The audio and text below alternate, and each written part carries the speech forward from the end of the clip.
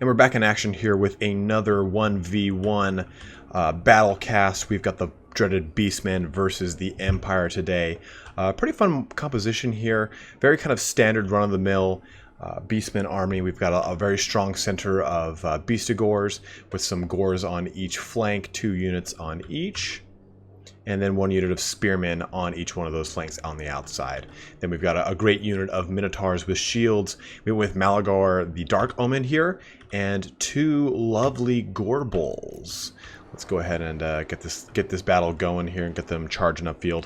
One thing I really do enjoy about the Beastmen over a lot of the other races is their speed to combat. I like the fact that they can move across the realm quite quickly. I mean, so let's see here. We've got a speed of 42 on just their basic troop here, or at least their Gore herd, and their Beastigore herd even in and of itself has another 42. So they can move quite quick, especially with the lore of beasts as well. It gives them that extra additional run speed. But we do have a unit of Centaurs in the back here.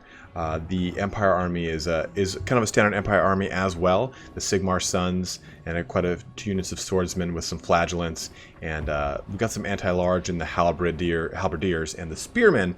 We also do have another unit of spearmen watching their Hammer of the Witches. That's pretty important. The dreaded Karl Franz upon Deathclaw. And we have a unit of Stirland's Revenge over here in the forests. But also there's a unit of Reichsguard just kind of splunking about. I'm actually going to speed this up a little bit till we get into the combat. Their cannons have already kind of started to fire on me, but I'm trying to use this hill as a good kind of natural cover. You know, the whole units not being visible thing is quite advantageous when it comes to Beastmen in large clumps marching up a field. But he does have a Light Wizard, and Light Wizards, as we've seen from our last Battlecast, can get pretty tricky. Just a kind of a point of fact right now, I probably wouldn't have gone with a handgun or unit of handgunners, especially not the silver bullets against the Beastmen. I probably would have gone with just 2 units of quarrelers instead to get more actual range units out there. I'm sorry, more actual range damage going on. But we have the first clash here across the line, and a Nets of Amata kicking in on this Gore herd. This Gore herd is going to clash in with this lovely beast he's here. Let's get a good zoom in shot on this.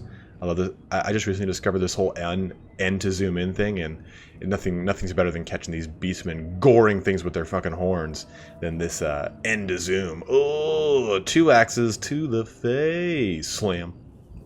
I'm really excited to see how we see some of the other units, such as like High Elves, how they deal with charges. If they're going to be kind of a cool phalanx type charge defense.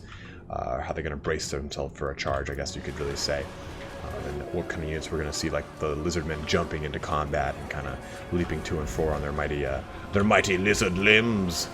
He does have an Empire Captain here. These things are pretty furious in close combat. They have a lot of health, and they're very tanky for their point cost. So I'm a huge fan of them.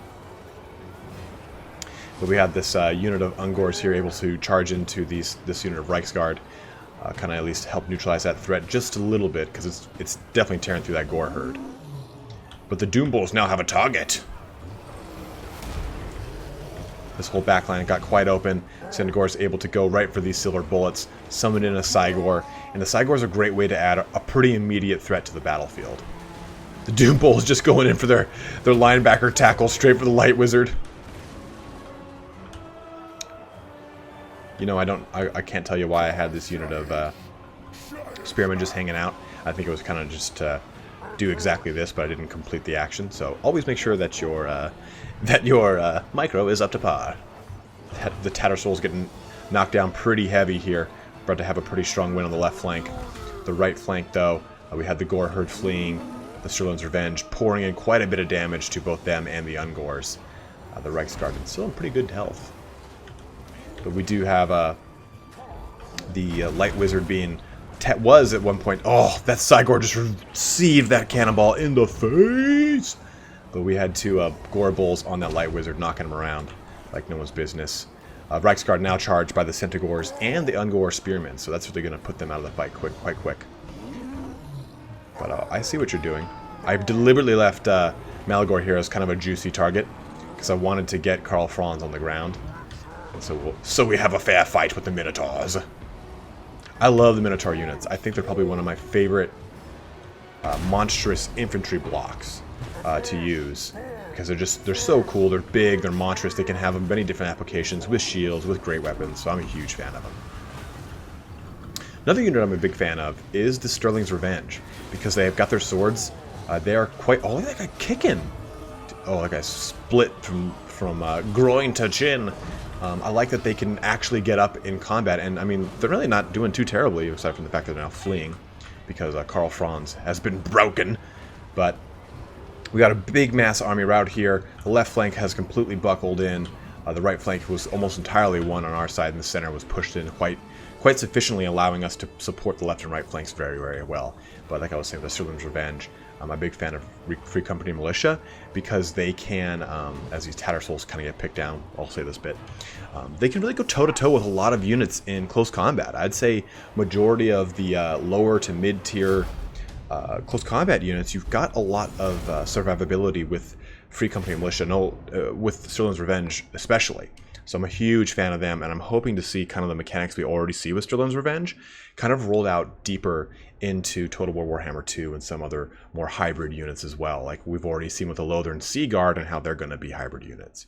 But we can see that the Beastigors really, really carried the day here. 146, 105, 180 kills. Very hard counter to a lot of what they brought. They are that kind of armored anti-infantry unit here, so they did quite a bit of damage. The Gore Herd as well on 86 kills and 79 kills, really bringing the pain. But we do have these two comparatively underperforming Gore Herds here, and the Ungors not really doing a whole ton, but I would say definitely applying enough pressure on the Reichsguard, who did 62 damn kills. Probably, in fact, yes, the highest kills on the entire Empire unit. I think that Nightman's biggest downfall here was that he brought a lot of units of renown when he didn't really need to. I could say maybe more Flagellants in this case, or some more Quarrelers. I said Quarrelers earlier, I'm sorry. Crossbowmen would have been a better use rather than the Silver Bullets, because you're just going to get a lot more damage out in the field, and it's going to allow you to focus on these larger units that can be focused while in close combat. But this was a pretty fun one, and I wanted to show you guys here. I don't get to use Beastmen too often. I don't get to win with them even more often, so it's always great when I can showcase a good, sound Beastman win against a pretty iconic enemy as well. You know, Beastmen and Empire. Boris Todbringer losing his mighty eye to Khazrak One Eye. You know, them trading eyes and whatnot. But hope you guys enjoyed this one here. We've got a lot more lore goodies coming out this week for you. I've got 2 more videos planned, so be on the lookout for that. We do have another stream here on Saturday at 2 p.m. Pacific Standard, so if you can make it to that, hop on. And do send me some more of your videos. My email is in what's it called? My business email. You can go ahead and just send me whatever, and I'll put it up on the channel here. I've got a couple to go through, so I'm going to really start digging in hard on the community casts. For those of you that have already sent me things, thank you very much. I know I've got quite a few to put up, and even some of you have put some pretty crazy requests in there. Like I know one of you said, hey, make sure you turn your camera on for this. I want to see your reaction, which kind of sounds sexual in a certain way. But thanks for watching here today, guys. Hope you enjoyed this one. Have a good one and take care.